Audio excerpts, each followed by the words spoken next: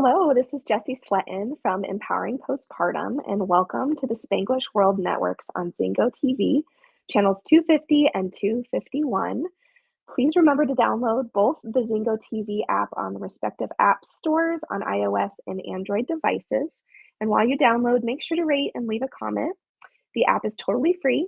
Zingo TV is also available on Google Chromecast, Amazon Fire, Fire Sticks, Roku and Roku Sticks, and on all smart TVs 2016 and forward.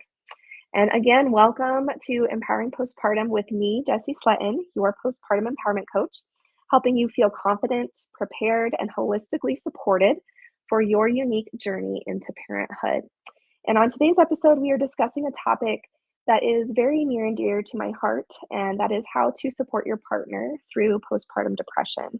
And I'm joined today by licensed marriage and family therapist, husband and father of two, Matthew Mangiapane. Good morning, Matthew. Good morning. How Almost are good you? afternoon for us here, actually. Oh, that's true. I know. Yeah. There's so many different time zones that I get to speak with wonderful people in, and half the time I'm like, I don't even know what time it is. Still feels like the morning here. So that's okay. Yeah, exactly. But we're here, right? So that's all that matters. Absolutely. So, I just want to thank you again for joining me today. And I really look forward to shedding light on this really important topic in the realm of perinatal mental health. And especially being a perinatal mood and anxiety disorder survivor myself. And I know that you have some personal history with this topic as well. So I think to start us off, I would love for you, if you feel comfortable, to share about your own personal journey, as well as a little bit about the work that you do. Sure. So thank Great. you again for having me. I think it's going to be Yes, really wonderful to have this conversation with you, and I'm looking forward to I it too. agree. So I am, as you said, a licensed and marriage family therapist. I work with all different clients, from individuals, couples, families of all ages. I have some experience working with foster care kids in the system here, Oh, teaching independent living skills. I've worked with veterans who've been through different conflicts or different wars and have come back with PTSD and all these other mm, issues that have affected them so greatly. And I currently also have a private practice where I'm working with specific people for really any issues that come up. And when it comes to depression and postpartum depression, we have experienced it ourselves. I've been mm, married to my wife, Kimberly, for 5 years now. It'll be 6 years mm. this September. So we're still going strong, which Congratulations. is good. Yeah. And we have two little kids. We have a 4-year-old and a 2-year-old, Michael and Nicholas. And Aw, when we had Michael, we were both in our mid to late 30s when we mm, had him, and late 30s once we had Nicholas. So it was our first child for both of us, and there was a lot that came with it, and a lot of stress and anxiety, and a lot of symptoms of depression for both of us, but much more for my wife, who was not only experiencing something that I can never say that I've experienced myself personally, mm. but Yeah. had everything involved with the physical and the mental health and the emotional changes that happened going through the entire pregnancy and then everything Mm. after the fact. It was very challenging for us and challenging for her. So thankfully we were able to see our way through that, but it was a tough journey. And thank Yeah. God we have wonderful kids now, and we're all on the other side of that. But there was a Yeah. lot of work that had to go into getting us through that. Yeah, I can imagine. And I think when we were kind of doing our, introductions to one another, when you applied to be on the show and everything, you had mentioned that, and just the age of your son, that it was through the pandemic too. It sounds like, and so that added, I'm sure, this layer to the complexity of the experience of the postpartum journey for both of you. And I Very much. know that we saw a lot of spikes, and we're continuing at a higher level of seeing perinatal mood and anxiety disorders elevated since the pandemic. And so I think that this is a topic that's super relevant for many, many new parents. And it's a topic that doesn't get discussed as much, I believe, as the actual person experiencing, that mood and anxiety disorder. We don't often get to hear the perspective of the partner. And I think that that's why this episode is going to be really special, because I think not only can we kind of give some perspective about what it was like going through that as the partner, and even it sounds like experiencing some of your own mental health struggles through that as well. But what we can do as partners to help support our significant other who is experiencing this mental health crisis. and really what we can do to feel more empowered through that and maybe get a little bit more hopeful about that we can get on the other side. So I'm super excited for us to have this discussion and to kind of open it up. I'd love to get your perspective on what are some things that partners can do to show up and be truly supportive and in ways that maybe don't seem as obvious. Because I think in some ways, the way we need to support our significant others who are experiencing this, it might be in ways that aren't as intuitive for us. And so I'd love to get your perspective on a couple of tips or things that you could call out for these partners who are watching today. Sure, sure. The main takeaway from anything that I discussed too is that not everything happens overnight. These things sometimes Yes. take practice. Any new techniques or methods or skills that you're learning, nothing happens overnight. You can't pick up a Yeah. guitar and suddenly you're a guitar virtuoso within 24 hours. I certainly wish I Right. was, but I'm not. And it's the same thing when it comes to any kind of mental health treatment or any kind of activities that you do or share with your partner or loved ones or whoever it is that you're trying to work on these issues with. Yeah. And that's something that I always encourage anybody to really keep in the back of their mind because it can get frustrating if you feel like you Yeah. don't have that progress right off the bat or you feel like you take two steps forward, one step back. Yeah. Think of the positives and the strength. You still took those two steps forward. Even if you fell back a little bit, that's okay. You can always move that course forward a little bit again and get back to where you were and even push yourself a little further. I love So that. Hmm. so when we experienced, and you're right, you mentioned that our oldest was born right before COVID really kind Mm, of hit everything. He was born in October of 2019, and the throes of COVID were really that March. And my yeah. wife had been home with him. Thankfully, she was able to take time off of work and had the first few months alone with him. And then we switched because I had the opportunity with my then position as well. And when I was out with him was when things started to really ramp up. And all of a sudden, you're hearing Mm, about everything on the news and these unfortunate deaths and the illnesses and the masking and everything. yeah. And it was funny because at the time I was so involved with raising Michael at the time that I wasn't so aware of everything that was going on. And then when I Mm, returned to work 2.5 months later, it was a whole new world for me that I had to yeah. relearn everything. I had to relearn how to function in the job Hmm. and with that came all of these additional stressors with how to handle raising our child too, Mm, because daycare wasn't really an option at that point. And right. I have family members who could help, but they have their own physical or medical issues that made it very difficult for them to come over to our house to help us. And Yeah. that became a real concern that me and my wife Kim had to really navigate. And something that we found worked maybe not every single time, but at least as much as it Mm, could help, was just being able to step away, just put a pause on things. So if mhm, we're in the middle of a discussion or an argument or a disagreement on anything, but particularly during that time, trying to navigate taking care of and raising our child and as healthily as we could, considering everything that was right. going on. If things would get a little heated or a little emotional, we would just put a pause. Listen, let's just step away for a minute. You go take a walk around the block. She's a big walker. She takes the dogs for walks. That's her Mm. thing. I think you can see one of the dogs' heads behind me, actually. Hopefully, he Oh, stays so quiet. cute. Um, for me, I'll put on some music. I'll go sit and like watch a movie for a few minutes, or I Mhm. jokingly mentioned the guitar, but that was for a bit. It was a hobby for me to just take my mind off of things, and then we come Yeah. back and reconvene, which is the Mm. important thing too. Is coming back and actually attacking whatever the issue is. Yeah. People can get frustrated and walk away, and that's the end of it. They'll hang up the phone or Mm. they'll walk out of the house or they'll go take a drive somewhere and then they come back and then the unresolved issues are never resolved. And it just Mhm. builds and builds and builds. And oh boy, do you have an explosion later on. Right. So what worked for us, like I said, is saying, let's just take a pause, let's step away. I'm getting upset and owning those feelings too. I'm Yeah. feeling very frustrated. I'm feeling very upset at whatever's going on. I feel like you're not hearing me. I need to step away. Mhm. Give it Mhm. 5 minutes, 10 minutes, come back. Tensions are down a little bit, your emotions are a little more in check, and then you can really hit those hard conversations a little better. Mm, I really love that because I think we tend to some of the old advice that I received right when I got married was never go to bed angry, never, Mhm, never walk away when things aren't, in a good place. And I think that that's a really harmful advice sometimes because it's like, you know what? Sometimes we need to process what we're feeling and be mhm, able to like recenter, right? And really get into a more present place where we can hear what the other person is saying. Because, like you said, otherwise we can have these explosions that happen. And if we just keep trying to push through it, are we really going to resolve it? Probably not, because we're so up here, in our emotional state that it's hard for us to actually think more logically about the other person's perspective or how to say how we're feeling in a way that is heard and received. Because if we're really, up there and we're like Mhm. very nitpicky, or we're blaming a lot, right? And we're not owning our own emotion, well, that's a recipe for immediate shutdown, right? Like Mhm. the other person's gonna be like, Absolutely. no, Yep. I don't want to hear what you have to say. Yep. Yep. Goodbye. Yeah, I'm out of here. yeah, exactly. Well, I love that piece of Yeah. advice.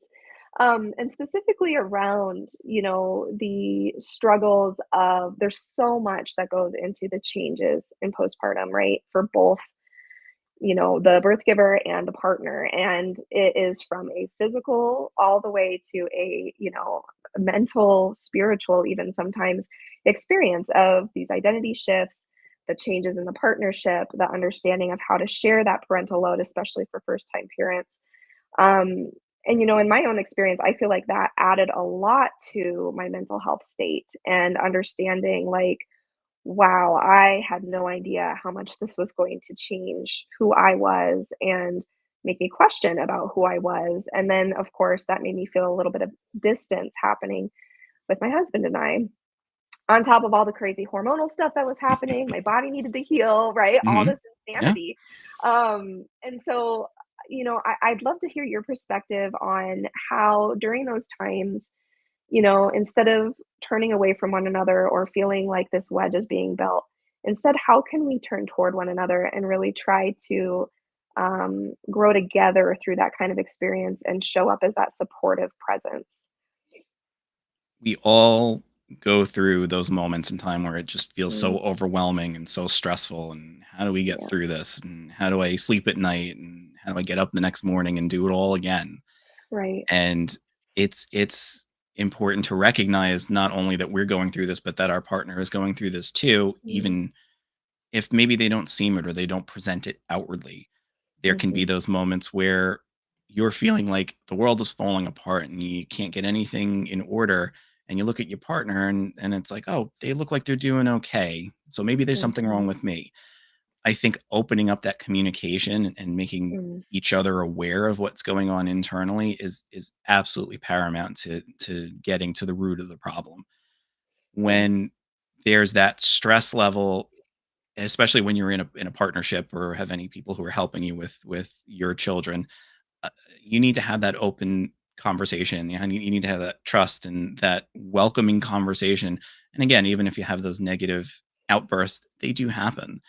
Right. And my wife, she was willing to allow me to speak about her situation because she did very Mm, much experience the signs of depression and feeling like she was an unfit mother or she wasn't doing mm, things right or even that Michael wasn't bonding with her, which from my mhm, perspective, I'm looking and seeing the complete opposite.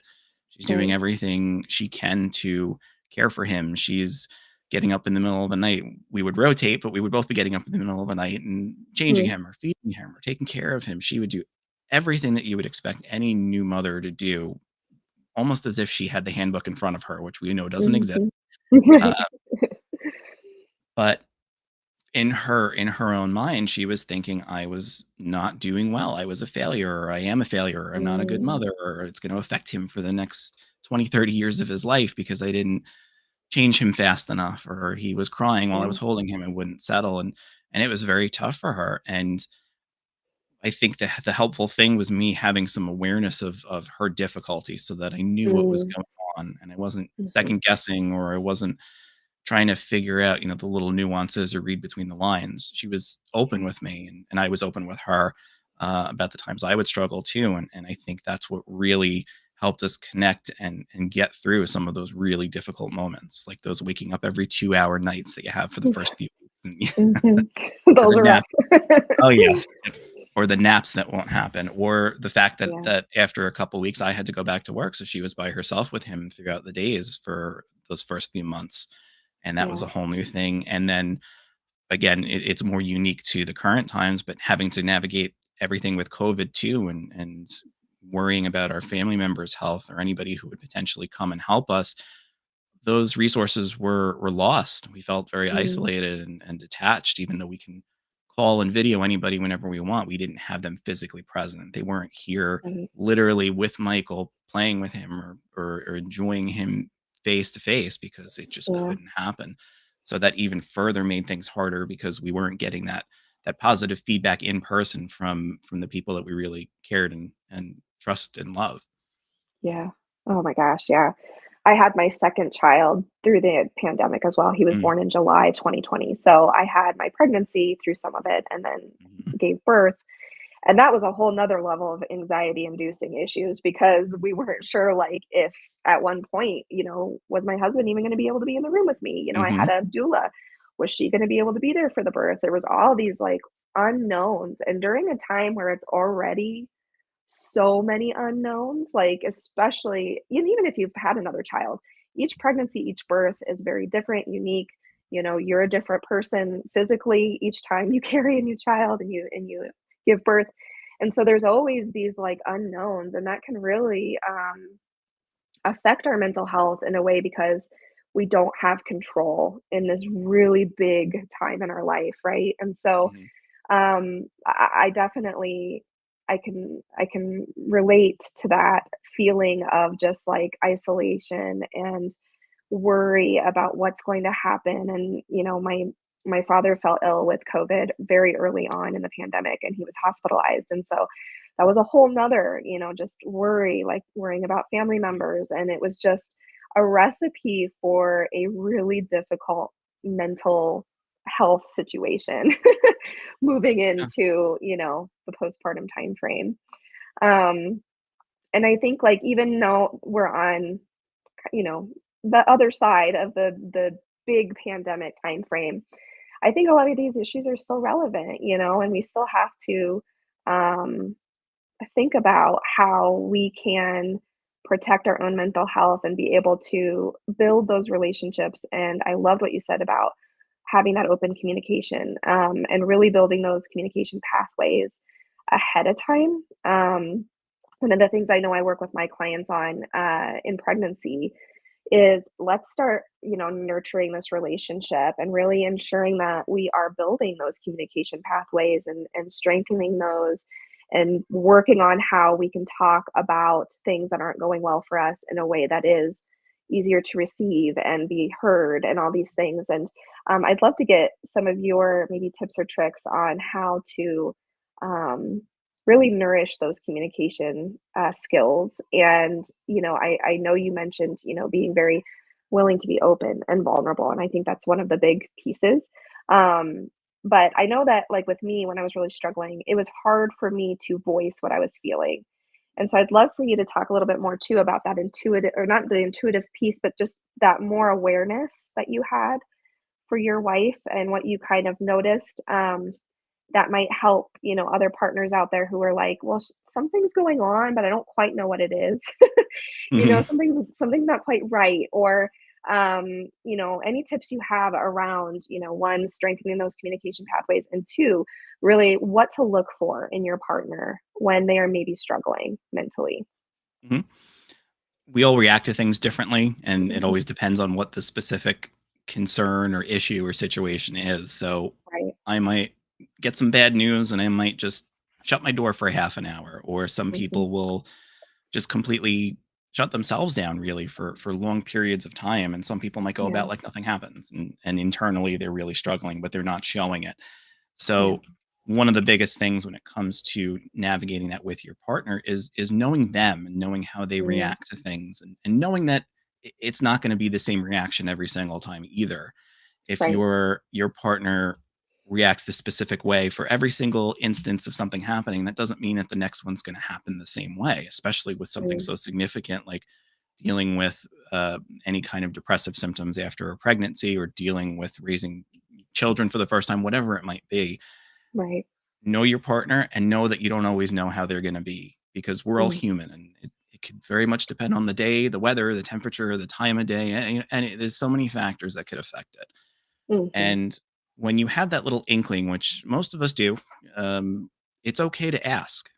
I'm Yeah. noticing that something's a little off, or you seem a little down today, or you seem a little agitated. Did something happen? Can we talk about it? And you may not always get that immediate, open, welcoming response. And Mhm. be okay with that too, because that doesn't mean there's something wrong with you. That doesn't mean there's something wrong with the relationship. That doesn't mean there's something necessarily wrong with your partner either. In Right. their own mind, they're trying to navigate and figure out and untangle what they're going through. And sometimes they might need a moment. They might just Mhm. got to step back themselves and just, I'm going to lay on the bed for 20 minutes and just read a book or something and get my mind off of this. And then we can talk after I've felt a little better. Yeah. Um, and I think that's the big thing too. And maybe I'm talking a little more about myself than I'd like to admit, but really knowing that it's okay to not be able to get through to somebody immediately, because that's not Yeah. indicative of what your entire relationship is. It's more of just a reflection of what that specific moment or concern is. Mhm. So approaching your partner, reaching out to them, even just that act alone is showing that you're invested, you care, you recognize that something's wrong, and you want to be there to help them through it. And vice versa, Yeah. be accepting of them coming to you if you're struggling. I think of times where I could get significantly upset at something and I tense up and I'm like, I don't even want to talk to anybody for the next 20 minutes. Yep. That's okay. Leave me alone for 20 Mhm. minutes. I will come to Yeah. you in 20 I assure you. But Mhm. that also kind of wraps itself into that whole trust area too, because if your Mm. partner is saying, I need this time alone, you have to trust them to do that. They're their own person. They know what's going to work best for them in that moment. Yeah. And even if they don't, that's okay. This is what they need right now. And then you can, again, come back together and figure things out when you're both in a better state of mind. But Yeah. be okay with being pushed away a little bit because, again, we're all our own individual person and we have our own needs. And sometimes we need that space. Absolutely. Yeah. I definitely agree with that. And I think one of the things that, and this is speaking personally with my own relationship, but my husband is very action oriented, very like fixer, right? Like he wants to be able to find a solution when there's a problem. I think we can all relate to that. But Yeah, I'm a little one of the guilty. big things, yeah, and one of the big things that we had to learn together was sometimes there's no solution, right? Sometimes there's no way to fix it. And so one of the things that, really worked once we kind of figured out what was going on was just feeling seen and heard about your experience, not necessarily trying to fix the problem, right? And I think that that is really, really big when somebody is struggling with depression. There are ways to heal and get better, and you do absolutely have options to get the help that you need when you're struggling with mental health. But sometimes too, there's just those moments where you are just feeling that feeling, and you just need somebody to validate that feeling, to see you, and to sit there with you, and hold that for you. And I think that that's one of my biggest things that I try to encourage partners is really sometimes they don't want a solution. They just want to feel seen and heard.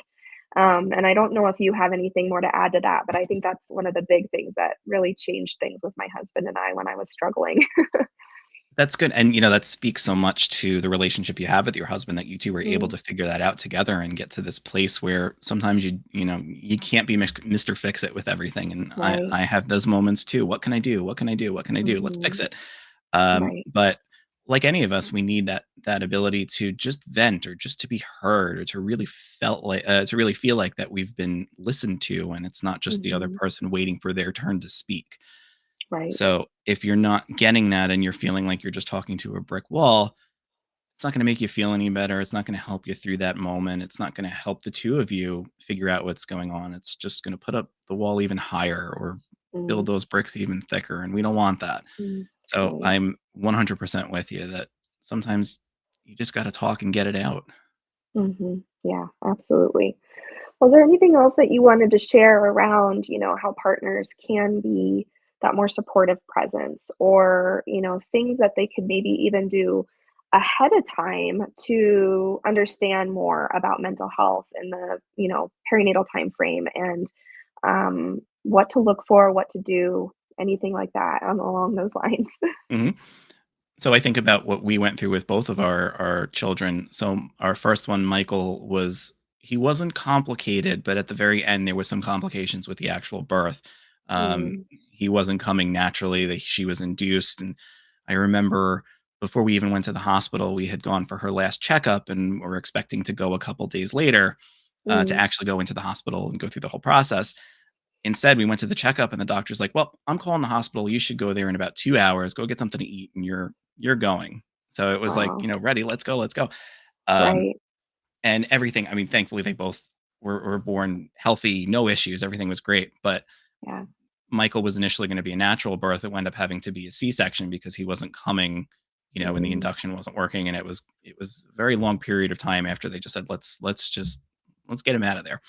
Yeah. Nicholas, we were a little more prepared for that, and we scheduled a C-section for him, and it was a lot smoother. We knew what to expect because again, it was also our second child, so my wife was prepared for everything with the hospitalization, and it was much smoother. And again, thank God they are healthy and happy.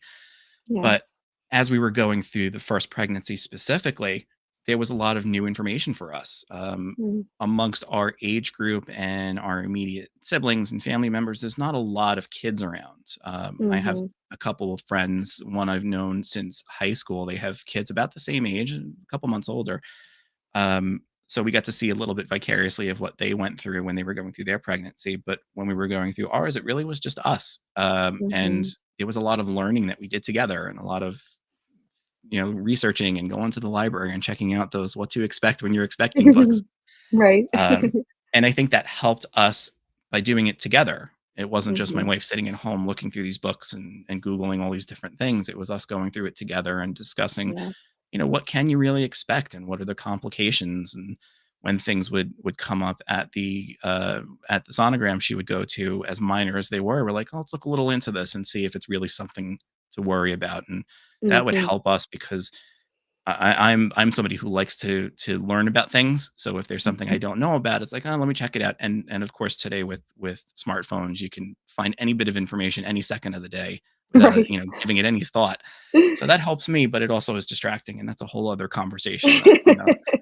Right. Um, but having that ability to find this information and to speak to our doctors and really get some information together really helped us build up that strength that we needed for when we ultimately did have Michael and then Nicholas. And Yeah. again, you can't expect to prepare for everything, but at least it gave us a Mm. little bit of an understanding of what's coming.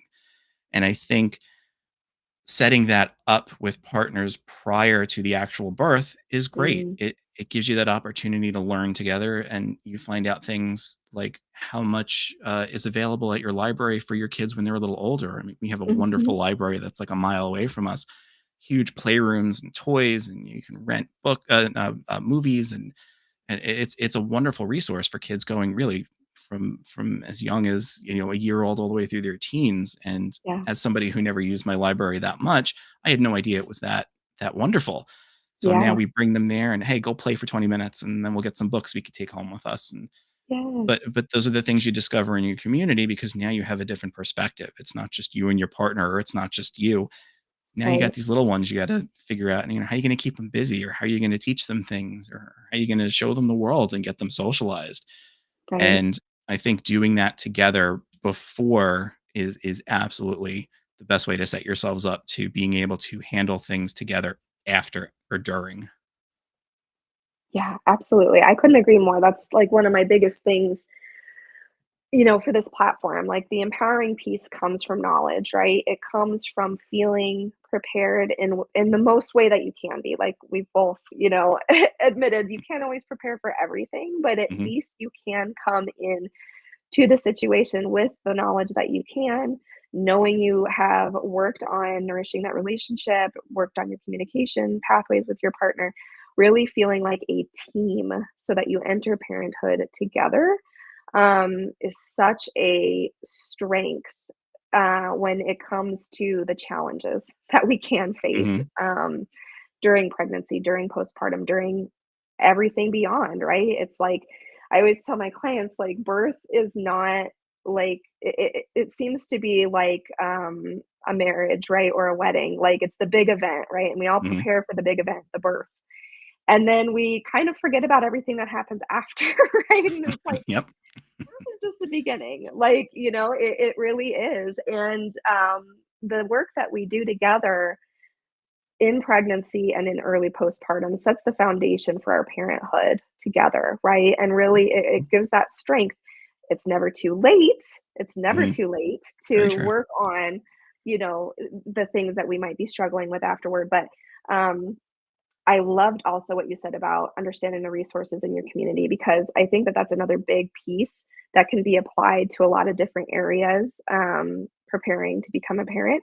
Mhm. Um, your example was the library, also finding places where you can, be among other parents, especially in cases like yours and in mine. I was the first in my friend group to have children. So I didn't have that piece of community that understood what I was going through.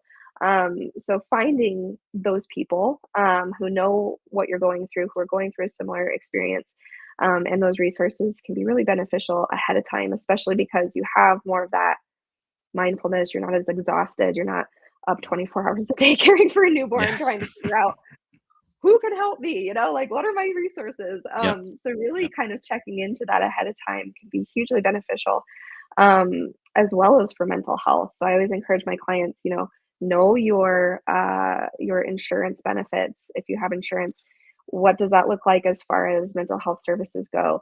I even go as far as, identify a couple of therapists in your community who are familiar with perinatal mental health and might be accepting clients, or that you feel a good connection to. Have them, you know, on the back burner there in case you need them, because if you've already kind of done that legwork, it makes getting the help so much easier, like if and when you need it. Absolutely. And I know I've talked about this a lot with a lot of clients and a lot of people over the years. That stigma of therapy, it's certainly gotten better in society, but it's still there. Yeah, There's it's still still there. that, some people feel like it's an admission of weakness or failure if they go to a Mhm. therapist. Or why should I talk to a complete stranger about these things that Mm, they may not even have experienced themselves? Which brings me all right. the way back to my interning days when I would have. I remember this one particular couple. They were both retired and they were having marital Mhm. issues. And they sat in front of me and it was late 20s. And well, what do you know about a marriage of 40 years? I'm like, yeah, Right. you're right. I don't know. Not Right. yet. Mhm. Um, but I'm knowledgeable. I'm educated, and blah blah blah. I won them over, thankfully. But um, when it comes to therapy, there's a lot of unknowns for the people seeking therapy, and Yeah. I always try to phrase it in a way where if you're starting to seek out therapists, see if they have some kind of consultation or initial Mm, session that they'll do with you. Um, some of them will even do it shorter than a full session, like a quick 15-minute mhm. phone call or video chat, which video is much more acceptable nowadays than pre-COVID too. Right. Um, and get a feel for them. Think of it like you're interviewing the therapist, because if Mm, you're going into therapy with somebody that you're not connecting with or clicking with, or at least getting somewhat of a good feeling about, excuse me, then your therapy is just not going to be beneficial to you. mm. You'll be Yep. sitting in that room just, what is this person saying? They don't know what I'm going through. They don't know how to help me out. And then you're just Right. spinning your wheels and not getting the help that you really are looking for. So you're Yeah. interviewing them. It's not them trying to find out about you, at least in that first session. Then once you Mhm. feel a little more comfortable, then obviously you can open up. But and the other thing which I had already mentioned is that feeling of it being an admission of weakness or failure, which it Mm, absolutely is not. We right. all have moments and issues and concerns that we need some extra help with, and it's okay to reach out for that extra help, whether Yeah. it's through family or friends or professional. I have a family member who works in New Hampshire who has built her practice around helping people with eating disorders, and she's been doing that Mm, for quite a few years. And I think if I knew somebody who had some kind of concern like that, I would want them to work with somebody who knows what they're doing. yeah. It's a hard thing to deal with, and having a professional, even if it's for a short amount of time, you're just going to somebody who's knowledgeable, who has the education and who has that experience, who can Yes. put you in the right direction. And not to say all therapists are wonderful and perfect, but I think we're a Mhm. pretty good lot. And Yeah. again, if you don't mesh with somebody, that doesn't mean therapy isn't for you. It just means maybe that connection isn't there. And Yeah. that helps kind of erode that stigma a little bit more too, knowing that you're much more in control of the therapy than you realize. Yeah. No, I love that perspective, because I do think that is a little scary for people seeking help, or the thought of idea of just sitting in a room with a complete stranger and just like, here's all my trauma. Like, let's lay it Yeah. on the table. Like, that does not feel good, for a Yeah. lot of us. And so it's like Mhm. we need to build that comfort, that connection, and make sure we feel good about that relationship. And similarly to doctors, right? A lot of folks that I work with, they just stick with a provider that maybe they don't feel supported by, and because they feel like they don't have a choice in who they work with. And really, the whole point of this platform is to empower birth givers and families to say, like, what I'm experiencing matters. How I experience my birth and my postpartum matters. And prioritizing my needs through this time is one of the most important things that I can do. And finding those supports that encourage that is super, super important. So, yeah, interview your therapists, interview Yes. your doctors, and know that you have the power to say, "This isn't a good fit," like, Mhm. and that's okay, you know? So, yeah, I couldn't agree more with what you said Yeah. about that, because I think a lot of Do a people don't realize that they're in control of that. Yeah. Absolutely. And do a little research too. I mean, maybe Yeah, somebody who's been to therapy and maybe they really mhm, enjoy their therapist. So, maybe you yeah, can see if they have availability. Or there's websites out there you can check. You can even just Google somebody and get a little bit of a feel for what they do and where they're located, and even that can yeah, help you feel a little more normalized, because, oh, this is a real person. They're at 100 Main Street and I know exactly where that is, so I'm going to go check them right. out. And it's okay to do a little bit of research, and it's okay to find that something's not working for you, and try something a little different. Yeah, absolutely. We got a little off topic around the partners supporting, but I think that So, it's all related, it all right? ties It's together. building Yeah. it does, and building that support village. You can't Hmm. have one person be your everything, right? And I think Hmm. that that's something really, really, really important for all of us to remember, especially during times like this of immense change, where so often we view our partners, and they're very, very key to our mental health, right? And our support system, but they can't be our everything. So building that village of different professional supports, family supports, friends, all those things, is really, really key, because nobody can be your everything. Yes, that's you very know? true, and Yeah. that's why I always say, like I said before, it's okay to reach out for that extra help, and be Yes. aware too of what your partner's going through, because they could be going through the same things that you're going through, or they could be going through Yes. something completely different. But you having that awareness, and trying to connect with them and reach out to them, and even discuss different things that you can try to do. Maybe couples therapy is going to be helpful for you too at that moment, and Hmm. just to help Yeah. navigate these things. But again, it all comes back to listening and having that awareness, and knowing that they just wanna be heard just like you wanna be heard too. Yes, absolutely. And something that just you said just kind of sparked my mind around, and this is they think a very low estimate, but I believe it's, isn't it 10% of male partners experience depression in the postpartum time frame? I believe it's something around that, like Yeah, I think you're 10%. yeah.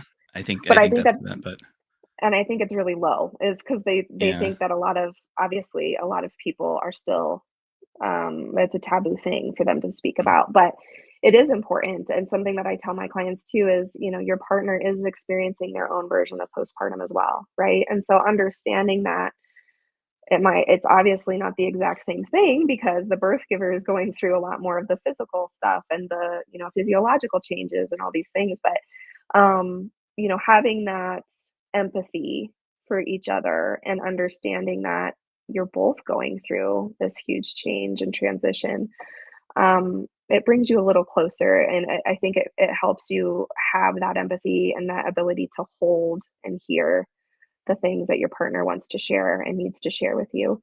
Um, and I think that that's a really important thing for all of us to keep in mind as well. Yeah, there were absolutely those moments where one of us would just be breaking down crying because it was so difficult. We Yeah. were having so much stress related to everything, and while the baby's happily playing with the toys in the other room, we're like, "Oh, we're terrible parents. We're not this, we're not that."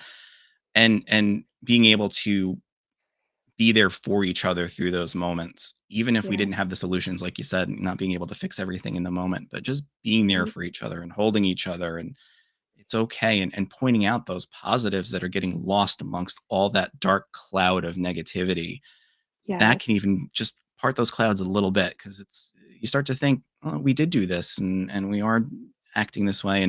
And it makes me think too. I was discussing this with my wife just a little bit last night too. She struggled a lot with the breastfeeding, and that was something that Yes. really was really tough for her, feeling like Mm, she can't physically do something that so many moms can do. And that was right. a big thing that we really had to talk through a lot. And I tried to help assure her that there's a lot higher percentage of women that can't or don't breastfeed than it's kind of similar in that it might be underreported. It depends how comfortable people are Right. talking about it, but that doesn't mean that's a failure on her part. It's just Yes. something that is just not doable at this point for whatever the reason. And that doesn't mean that you don't love him any less. That doesn't mean you can't care for him any less or take care of him or feed him or anything like that. We just have to switch it up a little bit and just be a little more mindful of how much we're giving him and talking with the doctor. Again, everything went great, thank goodness. But that was a really emotional stress for her because it Yes. really felt like a failure on her part in every way. And Right. I would certainly do anything I could to try to help her out of it. But those emotions are strong and they can hit you pretty hard. Yeah, absolutely. That was a big part of my experience as well, was my struggling with my breastfeeding journey with my first son. And that absolutely contributed to my mental health state because Yeah. it's a shame because, and I think we're getting better about talking about, how breastfeeding is a learned skill, right? But when I came into this, I didn't have any friends to reference. I didn't know, Mhm. and it was very something that I had no idea about. I thought, oh, well, once the baby's here, it'll just be this natural, easy thing. And it was not at all. Yeah. And so something to keep in mind is that, it is a learned skill for both you and your baby. Your baby's never fed that way before either, Mhm. just because they might have some, innate knowledge somewhere, in their DNA that, oh, okay, I smell the milk. I know that that's where I need to go. It doesn't mean that they know how to latch. It doesn't mean that they know, anything about it. And so you're learning together and really try to remove that pressure of doing it right and perfect right away because parenting in general is a learned skill and we don't know anything about it. And even if we are second, third, fourth, fifth time parents and beyond, each child is different. And so you're going to have knowledge and skills that you acquire along the way with each pregnancy and each child. But, it's always going to be a learning curve for sure. Yeah. And that's one of those instances too where I literally could not relate to that Yes. because I wasn't the one providing, the breastfeeding or anything like that. And my body's not Yeah. wired that way. And I was seeing it from the outside, and all I could think was, how can I help her through this? Because Yeah. I can't say that I know exactly what she's going through, but I could sympathize, I could be there, I could just get her through those moments as best as I could. And that's where a little bit of that fix it side comes in. It's like, okay, we can't do this. Let's Yeah. come up with another solution and see what's gonna Right. work. And that also makes me think too, it was during that whole period of time where he was growing up, we had the formula crisis where all of a sudden Oh my there's gosh. Yeah. everybody's struggling just to buy formula for their Yeah. children and trying to make sure they're Mhm. fed. And I remember even talking to our pediatrician, like, what do we do here? We have Yeah. enough, we'll be okay for the time being, but what happens long term if this keeps going on? And that becomes another conversation that you have to navigate, to make sure that Right. your child's getting the nutrition that they need. And that also added to her feeling like, how come I can't just do this myself? And Yeah. that was, something we really tried to get through together, and thankfully we did. But it was a lot of communication and a lot of trust and a lot of opening up that vulnerability. Yeah. No, I think that's a beautiful thing to recognize, too, is that sometimes, I know for my personal experience was I just needed to hear it was hard. Like that validation of this is really hard and this sucks because this was something you held really close to your heart and it's something you wanted to do so badly and it is not easy right now for you. And just being able to be like, "Yeah, thank you." Like, I'm not crazy. Like, Hmm. just like Hmm. hearing that instead of, "Well, have you tried this? Have you tried that?" Like all of the things that Yeah. people with good intention wanted to help me with. But, Mhm. instead it was just like, I just need to hear that this is hard and that, whatever I need to do as far as a decision to be made, it's not it's not the my breastfeeding journey isn't the whole of my parenting experience, right? How much milk you're able to produce does not equate to how good of a parent you are, or, how nourishing you are to your child in other ways. And so being able to understand that, to acknowledge that, and be able to just know that I was supported and heard with my struggles was such a key piece to that part of the journey that I was not expecting to be difficult. Yeah, yeah, no, she certainly wasn't either, and it Yeah. was a curveball, but the nice thing about having prepared ahead of time and trying to keep those communication lanes open throughout everything is that once we got out of the woods and you look back on it, this is now 4 years later, 4.5 years Yeah. since he was born, and we see this kid running around kicking the soccer ball and playing with his little Yeah. brother, and he's this happy little kid, and, he tells the weirdest jokes, but I think they're funny. Uh, and you think back, like, remember what we went through, and it Mm, almost strengthens that ability for you to continue, um, building up that great relationship because you look at what you went through together and what you yes. navigated and the problems you solved or the problems you didn't solve. But you come to the end, not the end, it's really the beginning of everything. But the Mm, end of that dark cloud period, you look back yeah. on it and go, we did this together and we created this wonderful situation for our family. And Yes. it was tough, and that's okay to acknowledge that. And it's okay to acknowledge that you did good too. Yeah. I love that too, pointing out the resilience in the difficulty and recognizing that in yourself and in your relationship is what keeps that hope, and it's like, okay, it is really hard right now, and this is the hardest thing I've ever gone through, and things are really dark, but there's also, I think, not the but the and, right? That's some of the things that I try Mm. to talk to my clients about shifting perspective on is it's okay to have and hold 2 experiences at the same time. And I think a lot of times we have to be like, "Oh, because I'm struggling with postpartum depression, everything is going to just always be this bad and it's horrible." And but doesn't need to be there, right? It's like, yes, that's true. And you love sitting and holding your baby, and you were able to learn how to change a diaper like a champ, and you were able to, you know, give a few ounces of breast milk, when they were first born, or whatever that is, like really honoring the and holding both experiences kind of gets us through the dark times. I feel Yes. like. Yes, it does, and I know it's Yeah, hard to keep that in mind too when it you're is. in those dark spots because It it's is. so overwhelming and it just builds up and rolls around in your head, and you just wanna lay down and go to sleep for 14 hours. But, Yes. I would encourage anybody, just know that there are moments in time that you can kind of pull together and say, you know what, it's not so bad in this particular moment. This can get you through Mhm. until the next one. Or think a little further ahead, like we are going to get through this. The baby's going to learn how to sleep in his crib alone at some point, and Yeah. he's going to be able to dress himself. And we're not going to have to worry about diapers anymore. And Mm. it's okay to think a little forward and latch onto that and just say, this might be hard, but it's going to be worth it, even if it doesn't feel like it in this particular moment. It will down the Yeah. road. Yeah, absolutely. Yeah, and I think that that's somewhere too where our partners can help, help us Mhm. see that when we are in the trenches and we are the one experiencing, depression or anxiety or whatever perinatal health disorder we might be struggling with.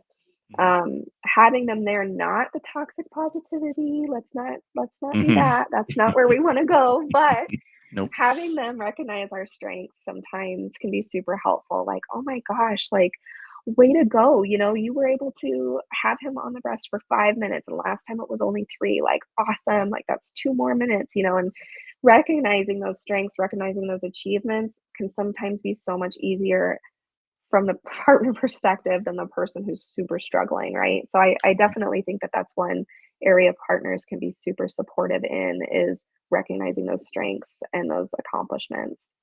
Yeah, I love that, and pointing out those little steps forward.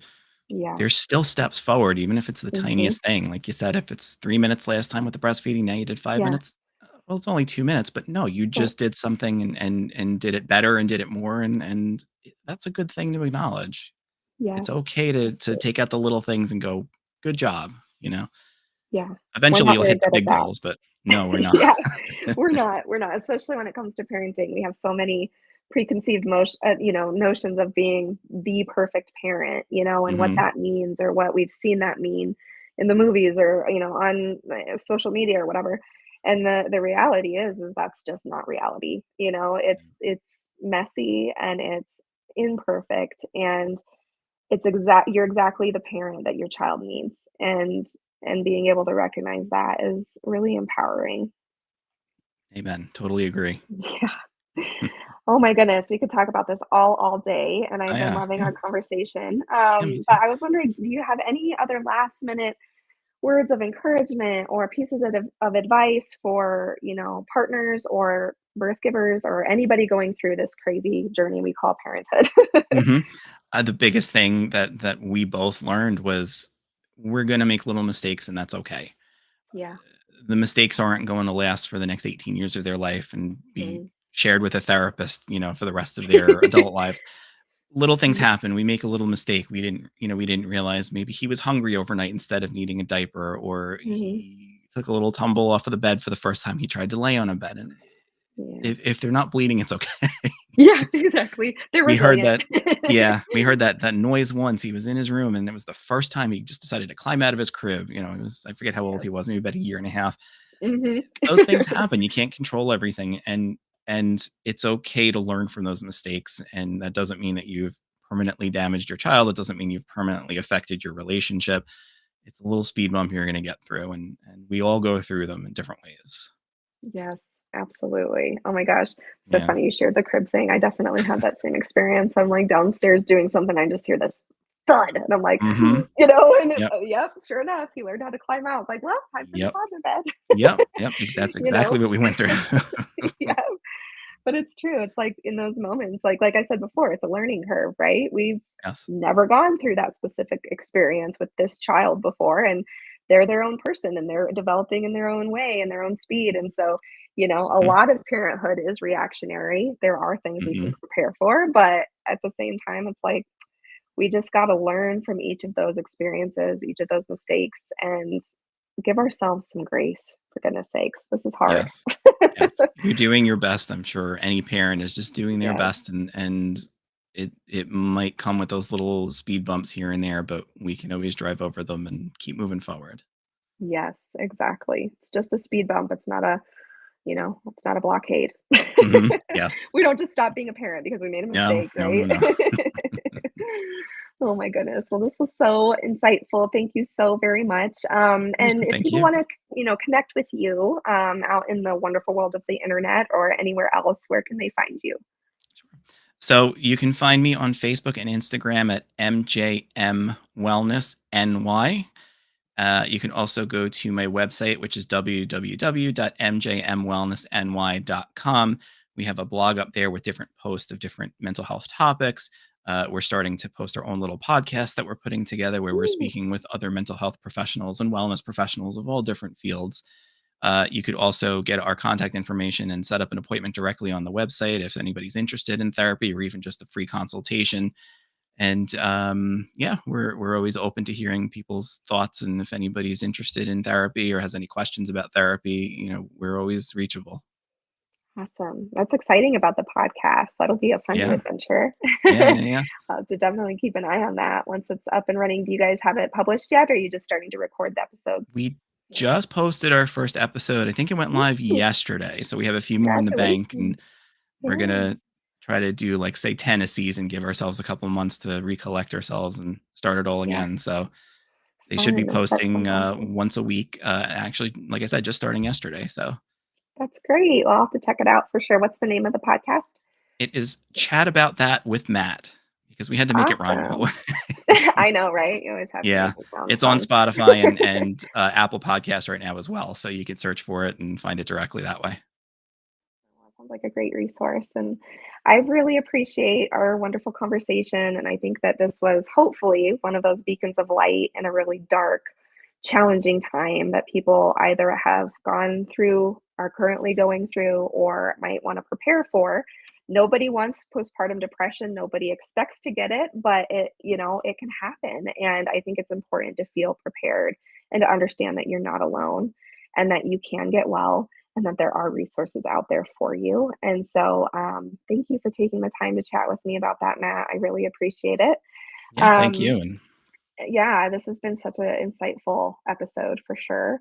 And everybody watching, I just want to remind you that Empowering Postpartum Coaching guides new and pregnant moms and birth givers through the transition into your parenthood so that you can bond with your baby without sacrificing your own self-care. And if this is what you're waiting or wanting out of your own postpartum experience, then I'm on Instagram. You can see my handle here at empowering_postpartum. Shoot me a DM and we can chat about how I can support you through your journey. And also remember that this show can be heard on the Spanglish Radio Network. Please check out spanglishworld.ca for all the news and programming. Spanglish World, watch it, hear it, read it, download it, and live it. And we will see you all next week again for another episode of Empowering Postpartum. And we hope that you have a great week. Thank you so much again, Matt.